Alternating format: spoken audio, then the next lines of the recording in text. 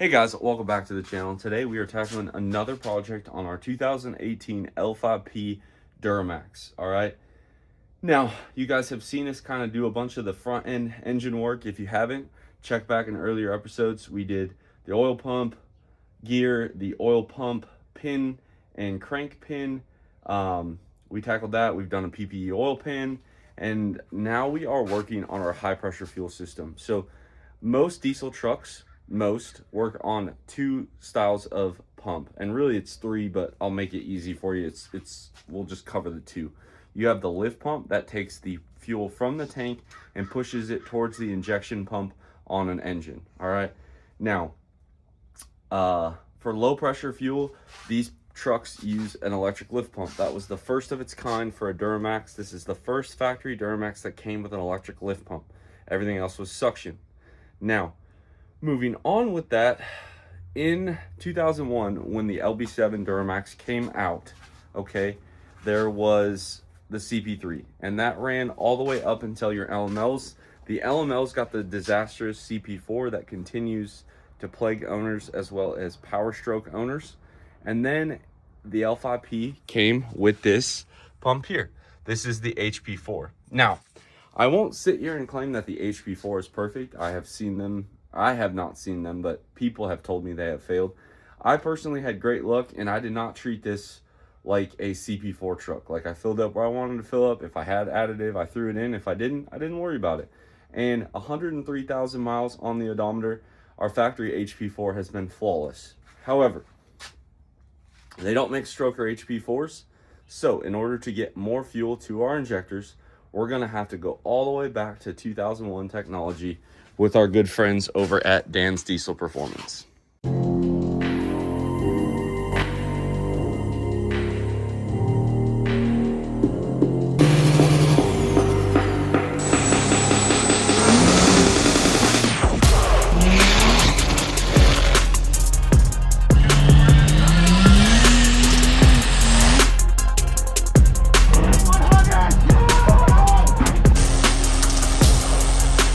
From Dan's, what you are currently looking at is a 14mm CP3 swap kit. All right, as evident by the 14 stamped right here.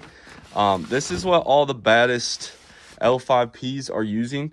I don't know if it's just Dan's version, so I won't sit here and claim that it's only this brand, but this is the brand that Daddy Dom recommended. So that's what we're gonna use, because Dom's the one that's got to tune this truck. All right. So you guys can see here, it's a nice pump. They mark it several times where it's a 14 mil to kind of help with confusion. Big fan of that. We have our drive gear here.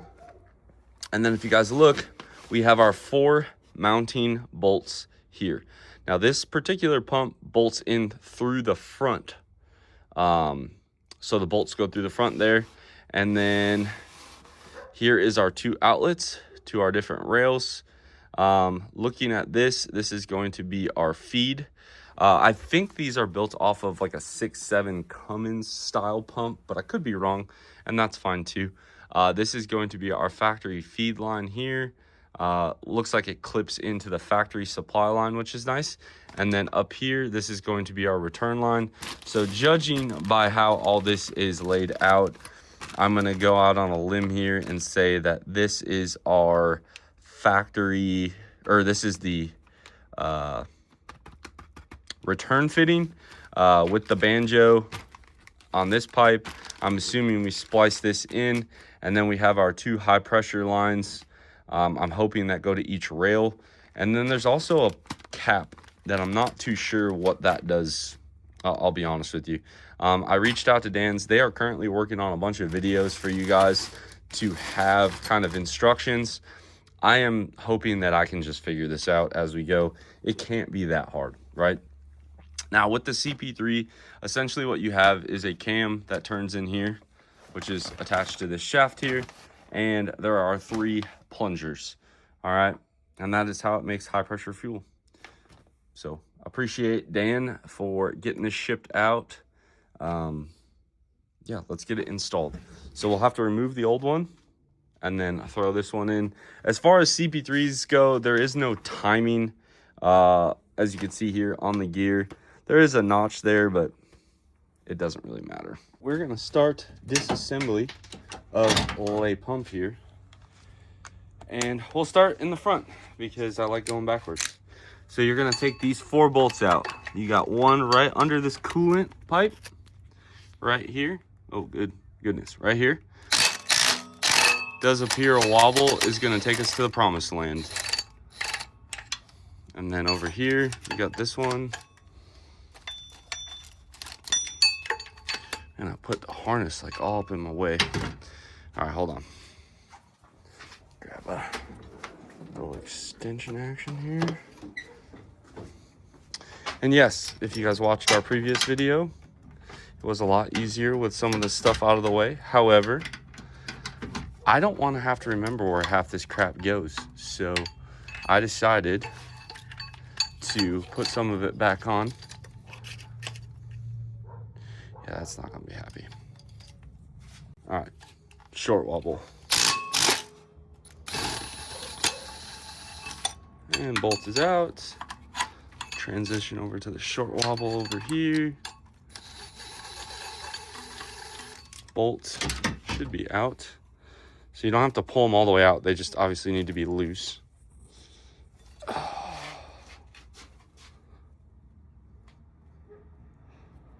This one looks like we'll have to do the last couple turns by hand. No problem there. All right, so that's out of our way. Now, we have to take the top loose, which is this one.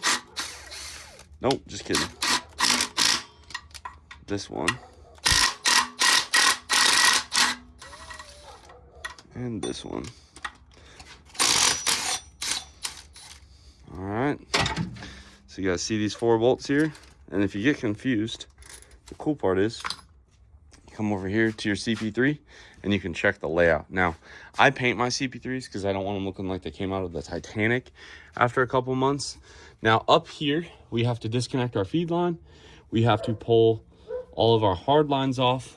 And this here is our return line. So on the Duramax, they have a return line for the passenger side or driver's side injectors teed in with the return from the CP3 pump.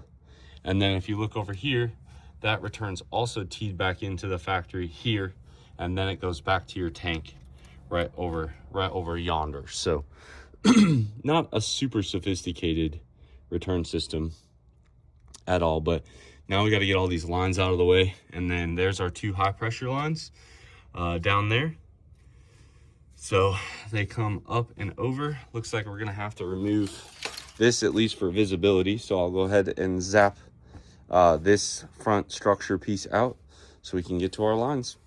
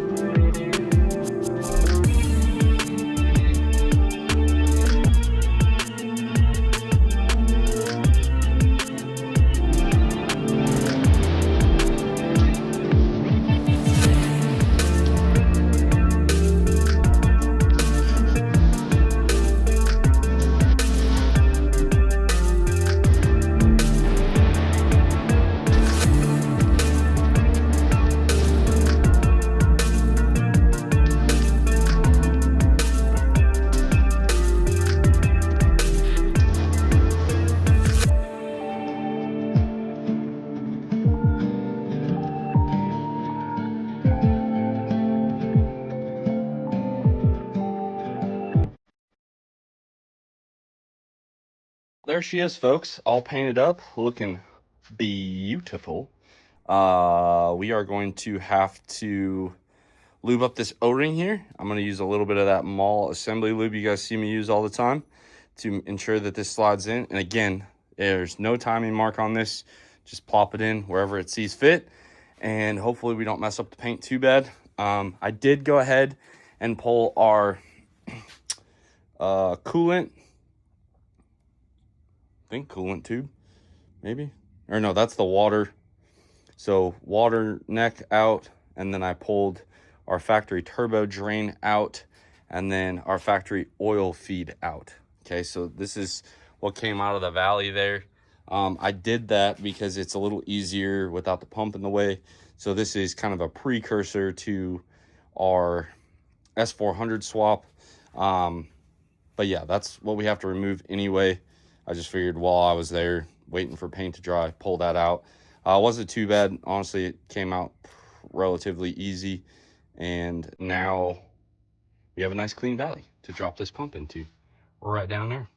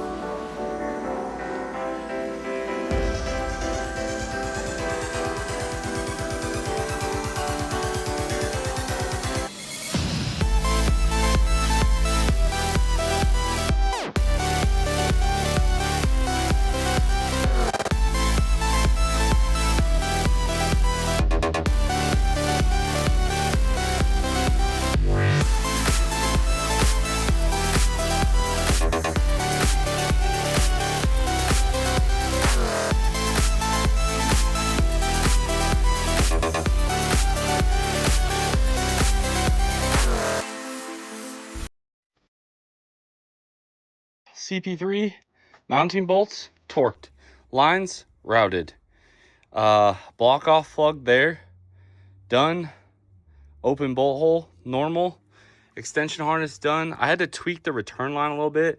Honestly, that probably was more me than anything, but we got it all routed correctly, and now we essentially have a sealed high pressure fuel system again, which is good. You guys can see all the caps I have on the injection, on the rails, excuse me. Yeah, not too shabby if I do say so myself. So CP3 portion, check. Super easy. Doing this in frame on the truck, obviously I would assume the turbo's gotta probably be out of your way. Alternator and AC and this bracket have to come off. I would think you could do it if you just knock the fan clutch off. You might even be able to get away without doing it with the fan clutch, but it's these 4 bolts. So it's 1, 2, 3, and 4 down there that are the mounts, not to be confused with these 2 up top that hold the front structure to the block. So all in all, not bad.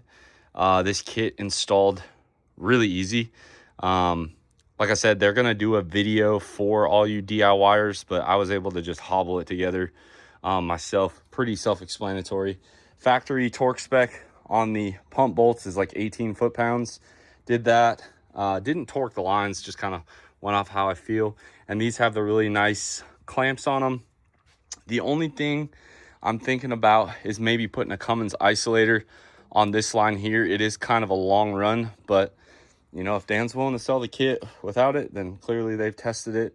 So I might just let that ride as well. But all in all, not hard. Factory supply line fit up great on this. And essentially when we switch to our LML style lift pump, we will feed the turbo, we'll feed the pump through this factory fuel line here. So it's pretty decent size. Getting it into there, I think we'll be okay.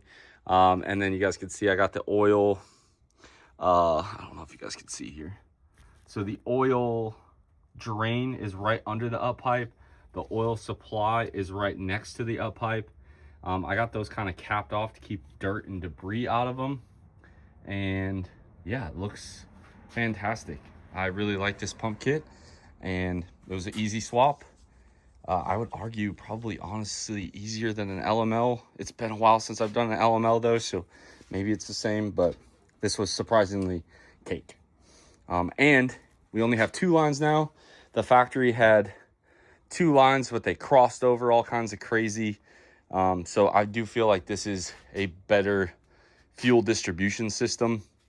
The way the factory HP4 came out, and essentially it line shared. So the pump fed one rail, and then that rail came over here. The CP3 pump feeds each rail individually. That should be worth something on some volume for sure, or at least maintaining pressure between the 2 fuel rails. All right, because if you're not familiar, Duramaxes obviously have the 2 fuel rails, whereas the Cummins only has 1. V8 things, but all in all, not a bad kit. Now, I'm hesitant to give a full review on this product because we have not started it, ran it, tuned it, or anything. The people I'm working with on the tuning, this is what they recommended, so I'm assuming we're going to be golden there.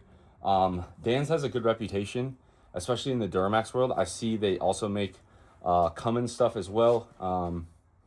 I'd be hard pressed to probably change who I work with on my race truck, but again, no stab at them. They make Cummins and Duramax parts. This is not a paid sponsorship. I do appreciate Dom on helping me out buying this though. Density, Speed, and Performance got us all linked up on that, and I'm looking forward to it. And they also sent a ton of stickers and a flow sheet for their pump, milliamps versus duty cycle here. It looks very linear-ish. Again, I'm not going to claim, but here's your flow stuff. This pump was built the day after my birthday, modded FCA. This is maybe the 26th L5P pump. So obviously there's not a ton of these out there, but so far I have been impressed with the fit, finish, packaging of the pump. We're all good. Dan, if you do watch this, or JD, I'm sorry I painted your pump, but now it won't look like it came off the Titanic in a month or 2. So that's something I do. And yes, for those of you guys that are curious, you could still see the D14. It's like they engrave it in there. So, and it's on the front of the pump gear. So not sure why I'd ever pull it out and sell it, but it is stamped in case you want to paint it. Well, that is going to wrap up another episode on Project L5P 4-digit horsepower journey here. I'm getting anxious. Not like anxious like I want to be done, but like I'm getting anxious. Now we're going to start getting into some of the airflow side of stuff now that we got the pump taken care of. In my mind, if I put the pedestal on, I shouldn't have to take it on and off a bunch. And I wanted to leave myself plenty of room to do the CP3 swap. I wasn't sure what all it was going to entail. So that is why we decided to do this before the turbo fab. But I do think the next video could be steering, could be turbo fab. Just kind of depends on what I have to do in my personal life and time allotted and stuff like that.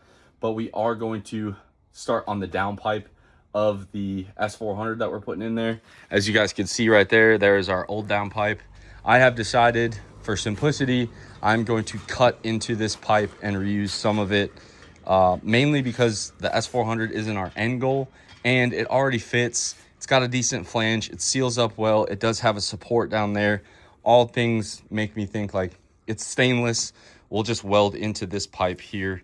But give this one a big thumbs up, guys. Again, check out Dan's Diesel Performance. They do more than just fuel as well. They also have turbos, all kinds of stuff. They're very heavy into the Duramax world. This wasn't the first time I had heard of them, but it is our first time using their products. So drop that comment down below. Subscribe if you are not already. And as always, I will catch y'all on the next one.